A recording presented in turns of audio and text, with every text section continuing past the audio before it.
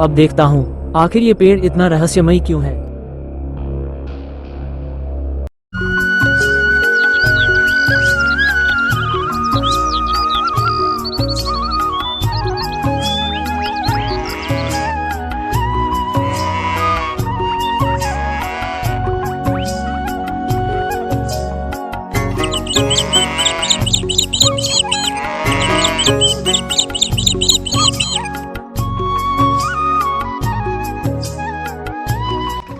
कभी सोचा है कुछ चीजें दिखती कुछ और हैं और असलियत कुछ और होती है।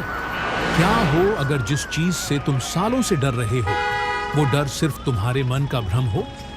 यह कहानी एक छोटे से गांव की है जहां एक पुराना पीपल का पेड़ खड़ा था, लेकिन यह कोई साधारण पेड़ नहीं था।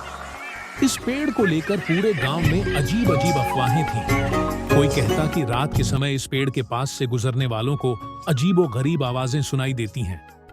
कोई कहता कि जिसने भी इस पेड़ को काटने की कोशिश की उसकी जिंदगी तबाह हो गई। पर सच क्या था? गांव में रहने वाला राजू नाम का एक 18 साल का लड़का इन बातों पर विश्वास नहीं करता था। उसे हमेशा लगता था कि यह सिर्फ अंधविश्वास है, लेकिन बाकी गांव वाले डरते थे।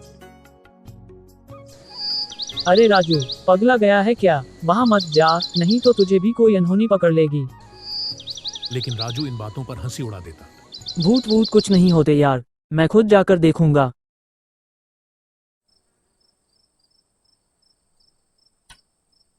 रात के 12 बजे चारों ओर सन्नाटा, हवाएं सरसराने लगी और राजू अकेला मशाल लेकर पीपल के पेड़ की ओर बढ़ा।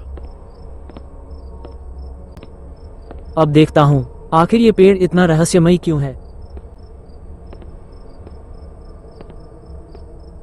जैसे ही राजू पेड़ के करीब पहुंचा, अचानक कौन है यहाँ? हवा तेज चलने लगी। पेड़ों की शाखाएं एक दूसरे से टकराने लगी। ऐसा लग रहा था जैसे कोई उसे देख रहा हो।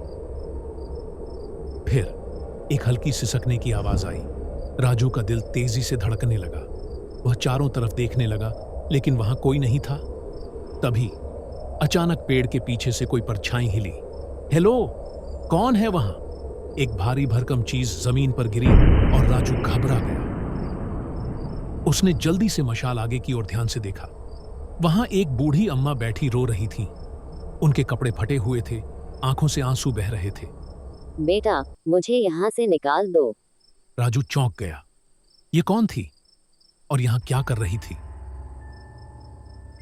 राजू ने हिम्मत जुटाकर पूछा। अम्मा, आप यहाँ इस डरावने पेड़ के नीचे इस वक्त क्या कर रही हैं? अम्मा ने आंसू पोंछते हुए जवाब दिया। बेटा, मैं इस गांव की ही रहने वाली हूँ, लेकिन जब मैं बूढ़ी हो गई, मेरे बेटे और बहू ने मुझे घर से निकाल दिया। मुझे कहीं और ठिकाना नहीं मिला, तो मैं इस पेड़ के नीचे आकर रहने लगी। रात को जब ठंड लगती है, भूख लगती है, तो मैं रोने लगती हूँ, लेकिन लोगों ने समझ लिया कि यह पेड़ भूतिया है।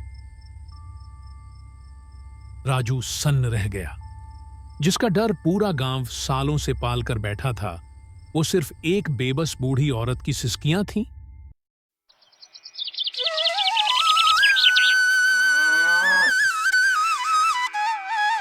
अगले दिन राजू ने गांव के सभी लोगों को इकट्ठा किया और पूरी बात बताई। सबके चेहरे पर शर्मिंदगी छा गई। अरे, हमें तो लगा था कि पेड़ में भूत है, लेकिन असल में हमने एक इंसान को भूत बना दिया।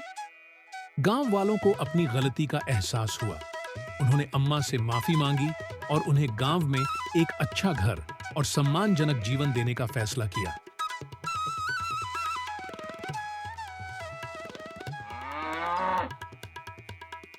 धीरे धीरे गांव की सोच बदल गई और वो डरावना पीपल का पेड़ अब बस एक आम पेड़ बन गया।